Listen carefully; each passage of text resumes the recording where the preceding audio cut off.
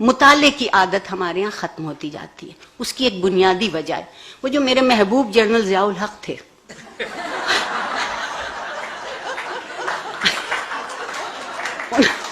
انہوں نے اس معاشرے سے چند بری عادتیں چھین لی. مثلا تقریر کا فن چھین لیا، خطبہ رہ گیا. تقریر میں تو آپ دونوں موضوع سوچتے ہیں نا، مخالف بھی، یہ امکان کی بات کرتے ہیں، اور خطبے میں آپ صرف فتوے کی بات کرتے ہیں. زندگی فتووں پہ زندہ نہیں ہے، زندگی امکان پہ زندہ ہے. دوسری انہوں نے جو ایک اور کمال کیا وہ یہ کیا کہ کتاب سے رشتہ ہٹا دیا.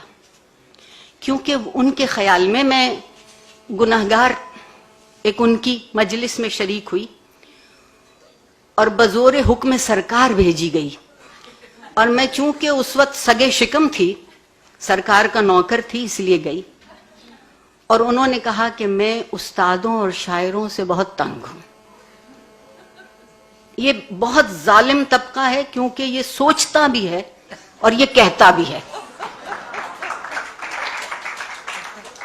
آپ معاشرے سے استاد کا قد و قامت یہ کر دیجئے تو کتاب تو درمیان سے خود بخود ہٹ گئی.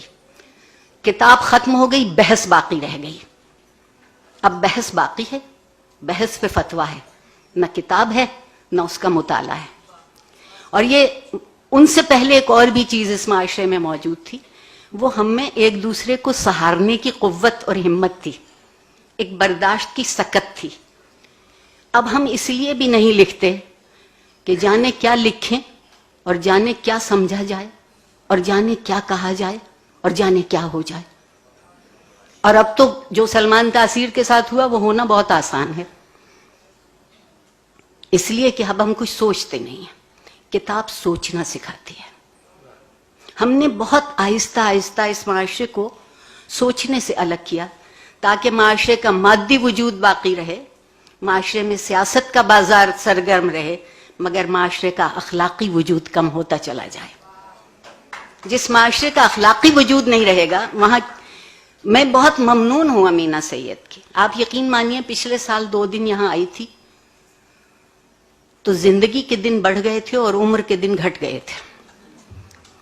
اس دفعہ بھی کچھ ایسا ہی ہے. اتنے حبس کے موسم میں، اتنی گھٹن کی فضا میں وہ یہ موقع دیں کہ یہاں ہم دل بیٹھ کے وہ بات کر سکیں جو معاشرے کی زندگی کی بات ہوتی ہے، ایک معاشرے کی ترجیحات کی بات ہوتی ہے.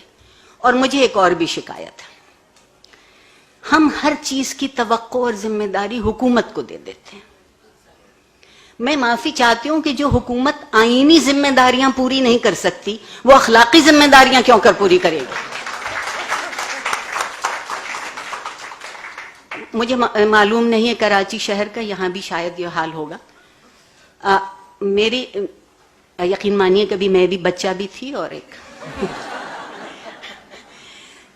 لائبریری ہوتی تھی اور ایک آنا لائبریری کہلاتی تھی. وہ کھوکھا جس کا ذکر کیا ہے غازی نے، وہ کھوکھے موجود تھے شہر میں، بلکہ کچھ لائبریریاں تو چلتی پھرتی لائبریری تھیں جنہیں گشتی لائبریری کہتے تھے. اور یہاں جو لوگ پنجابی سمجھتے ہیں وہ اس لفظ کو بھول جائیں. اب ایک معاشرے کی ترجیحات دیکھیے. اخبار میں اشتہار آتا ہے 1000 روپے کا پیزا سستا ہے، بے حد سستا ہو گیا. 1000 روپے کا پیزا 4 لوگ کھا سکتے ہیں، اور اس کے ساتھ ایک پیپسی کی بوتل راحت جاں کے لیے مفت ساتھ آتی ہے. جب کوئی ہم سے یہ کہتا ہے کہ 500 روپے کی کتاب خرید لو تو ہم کہتے ہیں کتابیں بہت مہنگی ہو گئیں. میری گزارش یہ ہے کہ 1000 روپے کا پیزا 4 لوگ کھاتے ہیں اور صبح تک اس کو کسی تہذیب میں شمار نہیں کیا جاتا. 500 روپے کی کتاب ایک شخص خریدتا ہے اور شاید 100 لوگ اس کو استعمال کر سکتے ہیں اور وہ ہمیشہ تہذیب میں شمار کی جائے.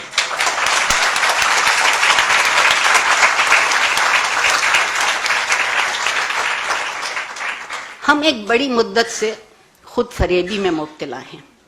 انیپا آپا آپ سے بے حد معذرت کے ساتھ مایوسی نہیں ہے، لیکن کبھی کبھی اپنا چہرہ بھی دیکھ لینا چاہیے.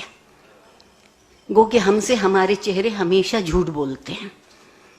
ہم نے ابھی تک خود فریبی سے اپنے آپ کو الگ نہیں کیا. خود فریبی میں لطف یہ ہے کہ وہ نظر آتا ہے جو نہیں ہوتا، اور جو ہوتا ہے وہ نظر نہیں آتا.